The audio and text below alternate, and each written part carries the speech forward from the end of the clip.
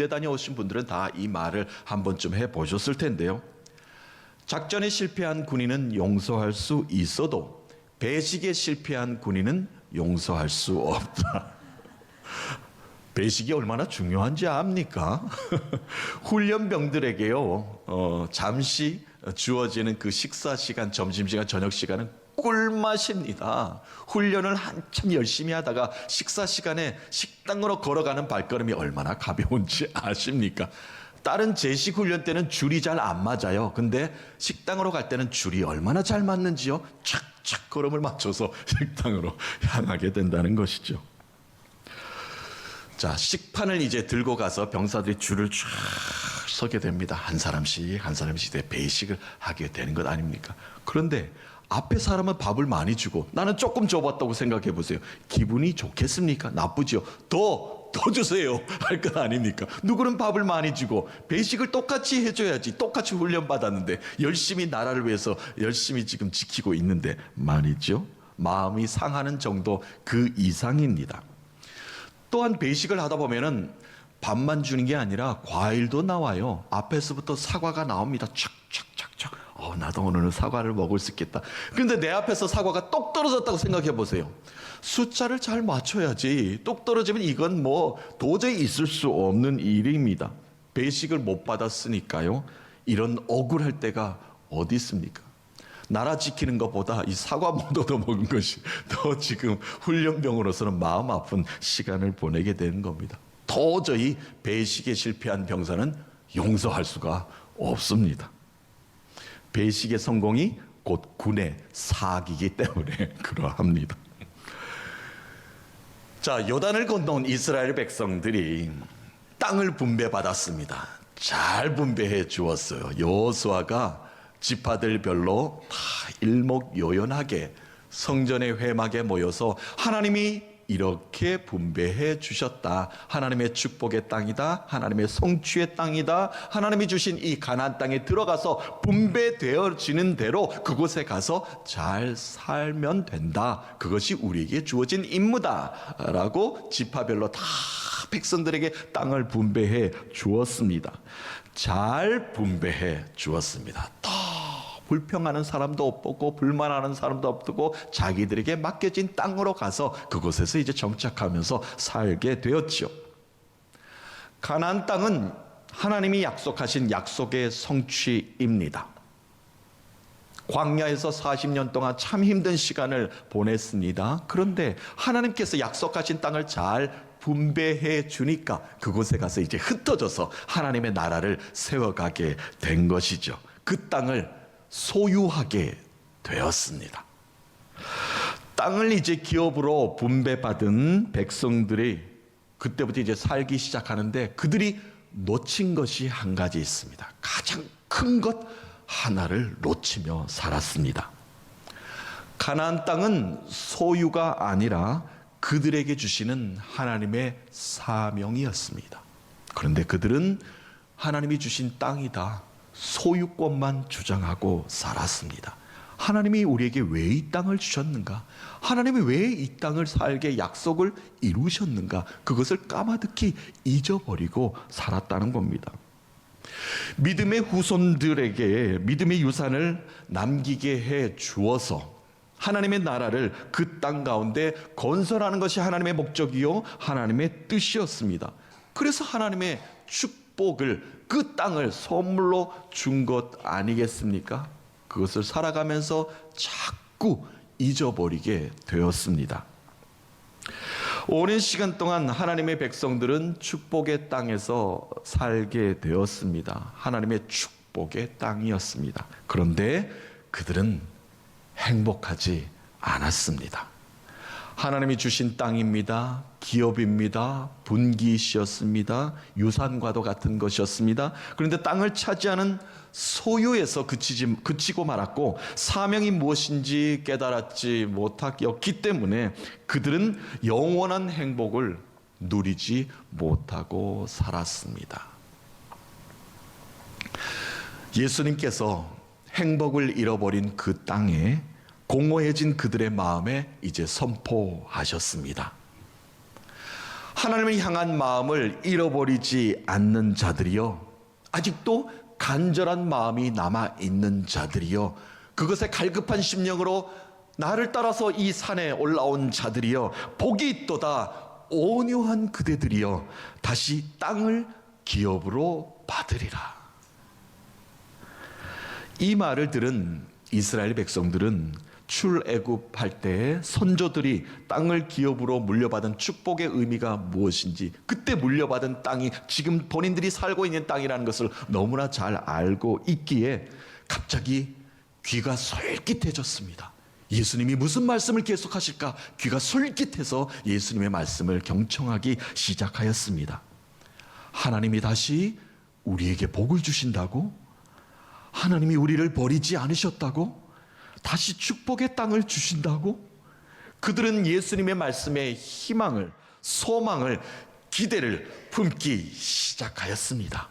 우리가 지금 행복하지 않는데 어떤 땅을 우리에게 다시 한번 주실까? 또 행복한 나라를 어떻게 만들게끔 만들어 주실까? 귀가 솔깃해져서 예수님의 말씀을 듣기 시작하였습니다. 자, 오늘 행복의 비결 세 번째입니다. 온유한 자에게 임하는 축복입니다. 온유하게 산다는 것이 무엇입니까? 여기서 헬라어의 온유라는 단어의 뜻은요, 거칠어진 사람, 강팍해진 사람이 잘 양육되어서 온순해진 상태를 의미하는 단어를 오늘 온유하다, 그 단어를 쓰고 있습니다. 다시 말해서 겸손이 하나님의 사람이 되어진 상태를 의미합니다. 하나님의 뜻이 무엇인지, 하나님의 목적이 무엇인지, 하나님이 바라는 것이 무엇인지를 길들여져서 하나님의 말씀하시면 그대로 순종하는 자, 겸손히 엎드리는 자, 그 자를 바로 온유한 자다라고 예수님께서 이렇게 부르고 계신 것입니다. 이전의 삶은 거칠었을지 모르나 하나님을 만난 후로는 달라진 상태를 의미하는 겁니다. 하나님을 만났기 때문에 이제 완전히 온유한 자가 된 상태, 그들이요, 온유한 자들이요, 하나님께 바라고 갈망하기 위해서 여기 온 자들이요, 그것을 지금 예수님께서 말씀하고 계신 것입니다. 영어로는 어떻게 표현하는가? 젠틀맨입니다. 젠틀맨, 품위가 있고 멋스러운 자입니다. 멋스럽, 품위가 있고 젠틀하신 분, 그것을 바로 온유한 자다라고 이렇게 번역이 되고 있어요. 그러니까 하나님의 성품을 가진 자는 젠틀한 사람입니다. 성품이 아주 뛰어나고 품위가 있고 멋스러운 사람입니다. 왜요? 하나님의 마음, 하나님의 언어, 하나님의 생각을 가지고 있는 자이기 때문에 그러합니다. 온유하게 오직 하나님만 바라보며 하나님의 뜻을 따르며 사는 자를 온유한 자다라고 이렇게 말을 할 수가 있겠습니다. 우리 모두는 하나님 앞에서, 사람들 앞에서 이렇게 젠틀하고 온유한 모습으로 살고 싶지요. 그런데 가끔은 온유하지 못하고 거친 모습을 보일 때가 참 많이 있습니다. 내가 온유한 사람인데 왜 이렇게 갑자기 거칠어졌지? 왜 이렇게 내가 젠틀하고 멋있고 멋스러운 삶을 사는 사람인데 왜 내가 멋있는 모습을 보이지 못하고 살지? 이렇게 생각할 때가 가끔씩 있지 않습니까? 그런 사람들을 몇 가지 유형으로 분류해 놓은 것이 있기에 여러분과 좀 공유하며 좀 나눕니다. 어떠한 형이 있는가? 첫 번째로 지렁이 형이 있습니다. 평상시에는 그냥 가만히 있습니다. 저 사람이 있는지 없는지도 잘 모릅니다. 그런데 한번 밟으면 엄청나게 꿈틀합니다. 뭐 없는 것 같았는데 꿈틀한다는 얘기예요. 그러니까 그런 분들은 지렁이처럼 가만히 지켜보고 있다가 어디 한번 나 건드려봐, 어디 한번 나 한번 밟아봐, 어떻게 꿈틀거리나 한번 보여줄게. 그런 지렁이 형이 있다는 겁니다. 유순해 보이는 하나 그 속에는 아주 거친 것이 들어있죠. 그것을 우리는 온순하지 못하고 온유하지 못하는 모습이다라고 말을 한다는 겁니다. 또한 나홀로 지배형이 있다는 겁니다. 집에서는 유쾌, 상쾌, 통쾌합니다. 뭐 이렇게 즐거울 뿐이 없어요. 재미있고 깔깔거리고 뭐 웃고 뭐 스마일하고, 그런데 집 밖으로 나오기만 하면, 교회만 오기만 하면 과묵합니다. 나한테 말 시키지도 말고 가만히 그냥 예배만 드리고 갈 테니까 어디 화났습니까? 나 화 안 났어. 어디 뭐 편찮으세요? 나 괜찮아. 건드리지 마. 그런 과묵형이 있다는. 근데 그분이 집에만 들어가면 육회, 상쾌, 통쾌 난리 난다는 겁니다. 이렇게 즐거울 뿐이 없어요. 재밌는 이야기도 잘하고 말이죠. 그런 분들을 나홀로 집의 형이라고 말을 한답니다. 또한 껄껄껄형이 있다고 해요. 껄껄껄형 뭐냐? 시간이 지나고 나면 내가 왜 그랬을까? 내가 왜 그랬을까? 그러지 말아야 되는데 후회하는 형이라고 해요. 내가 조금만 참을 걸. 내가 그 말은 하지 말 걸. 내가 도와주겠다고 말을 할 걸. 뭐 그런 껄껄껄 형이 있다고요. 그 순간에는 그걸 하지 못하고 지나고 나서 후회스러운 그런 말을 하는 사람도 있다고 합니다. 내가 더 온유한 모습을 그때 보였으면 얼마나 좋았을까, 그랬을걸. 그런 걸이라는 이야기입니다. 자, 예수님이 말씀하시는 온유한 자입니다. 온유한 자, 겸손한 자, 인내하며 하나님을 기다릴 줄 아는 자, 그 자들은 복되다 여기시면서 귀하게 주님께서는 사용하시겠다 오늘 말씀하고 계십니다. 세상에서는 이 온유한 자가 손해보는 것 같고 또한 바보 취급받는 것 같고 우유부단한 성격인 것 같기도 하고 뭐 그런 모습을 보이기도 합니다. 그러나 하나님 앞에서 하나님 보시기에 또 사람들 앞에서 온유한 모습을 보이며 사는 자는 축복의 사람이라는 겁니다. 온유한 자, 겸손한 자, 하나님의 뜻을 바라고 인내하며 기다릴 수 있는 자에게는 하늘의 복이 임한다라고 예수님께서 이렇게 말씀하고 계시기 때문에 그러합니다. 성경에서도 하나님은 온유한 자에게 복을 많이 주셨습니다. 그들을 또 온유하게 만드시면서 하나님의 뜻을 이 땅 가운데 전하며 살게 만들어 주셨고 하나님은 그 온유한 자들을 들어서 그때그때마다 사용을 하셨습니다. 아브라함 볼까요? 아브라함은 하나님이 명령하시는 곳으로 준행하면서 그 명령대로 자리를 옮기면서 그 땅을 하나님의 나라의 땅으로 만드는데 크게 믿음의 조상으로 쓰임받은 사람 아닙니까? 아브라함을 따랐던 조카 롯을 기억할 겁니다. 아브라함 한 사람을 믿고 따랐어요. 어떻게 아브라함을 믿고 따릅니까? 자기의 모든 터전을 놓고 이 아브라함을 따랐으니까요. 아브라함은 이제 땅을 보여주기 시작합니다. 조카 롯에게 뭔가를 축복하고 싶기 때문이죠.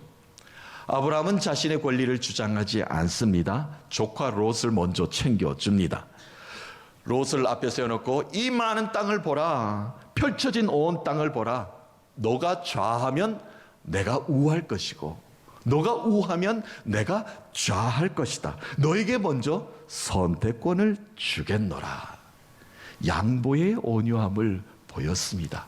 자신을 믿고 따르는 자, 동력해 준 자, 그에게 먼저 선택권을 주었다는 겁니다. 이 마음이 얼마나 온유합니까? 본인이 권리를 다 주장할 수 있어요. 내가 온 땅을 차지할 것인데 너는 이 땅을 쓰는 게 좋을 것이다. 이렇게 하지 않았다는 이야기입니다. 그것이 바로 아브라함의 온유한 모습을 하나님께서는 높이 칭찬을 하셨습니다.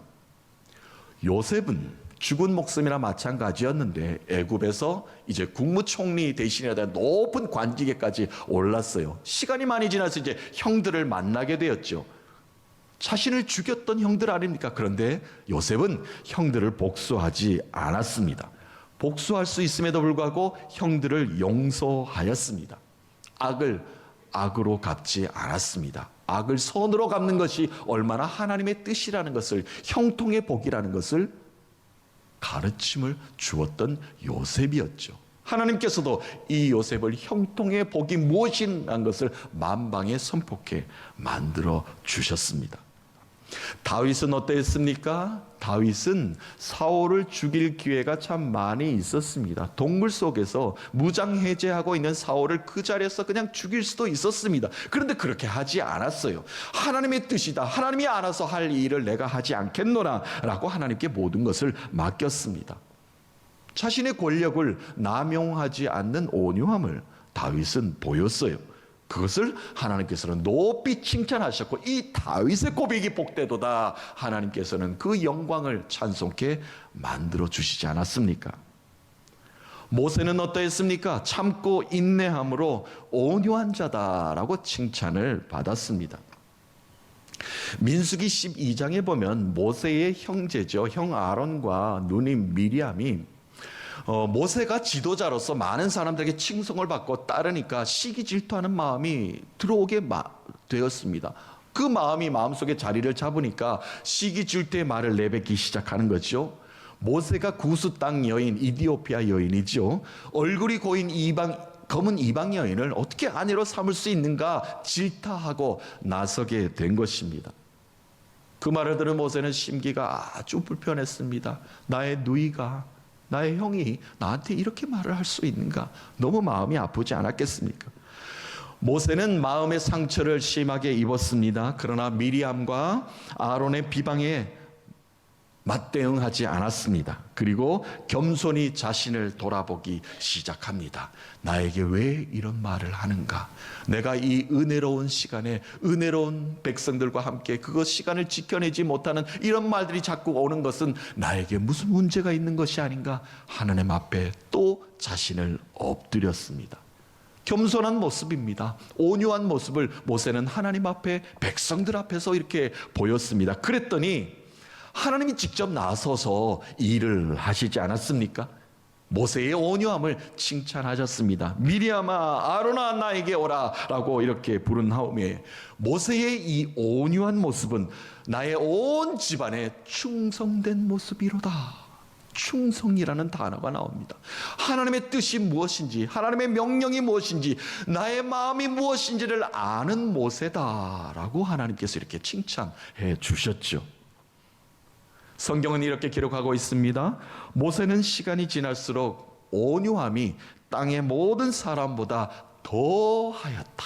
시간이 지나면 지날수록 모세의 온유함은 많은 땅의 사람들보다 더 풍성하게 많은 사람들에게 선포되는 모습을 보였다라고 기록하고 있습니다. 그 모세가 얼마나 하나님 뜻에 부합한 온유한 자로 섰는지 우리는 너무나 잘 알게 됩니다. 모세가요 처음부터 온유한 사람은 아니었습니다. 만들어졌죠. 애굽의 왕실에 있을 때도 엄청난 혈기를 부려서 그것을 떠날 수밖에 없지 않았습니까? 또 광야 미디안에서 40년 동안 시간을 또 보내게 만드셨죠. 광야에 40년 동안 보내게 만드셨죠. 왜 그 시간이 필요합니까? 하나님께 길들여지는 시간이 필요했기 때문에 그러합니다. 하루아침에 만들어진 사람이 아니었습니다. 한순간에 하나님이 모세야 부르기는 하셨지만 하나님께서 모세를 사용하시기에는 길들여지는 시간이 있다는 겁니다. 인내하며 참고 순종하는 시간을 하나님께서는 그에게 요구하셨고 모세는 그에 합당한 걸음을 한 걸음 한 걸음 걸어갔기 때문에 하나님께 귀한 쓰임받는 지도자가 될 수 있었지요. 이스라엘 백성들은 없답니까? 광야 40년 동안 하나님께서 얼마나 그들을 훈련시키셨습니까? 또한 나라가 무너지는 아픔이 있지 않았습니까? 70년 동안 바벨론의 포로가 되어서 엄청난 어려운 시간을 보냈습니다. 그 어려운 시간이 어려움으로 끝이 났습니까? 아니지요. 어려움 후에 하나님께서 다시 우리를 붙잡아 주신다는 것을 고백하게 만들어 주지 않았습니까? 바로 그겁니다. 연단의 시간이 필요합니다. 온유함을 만드시는 하나님의 붙잡는 시간이 있다는 것입니다. 온유는 연단이요, 인내요, 훈련의 시간입니다. 자, 그러고 보면요, 온유함도 노력하면 된다는 이야기입니다.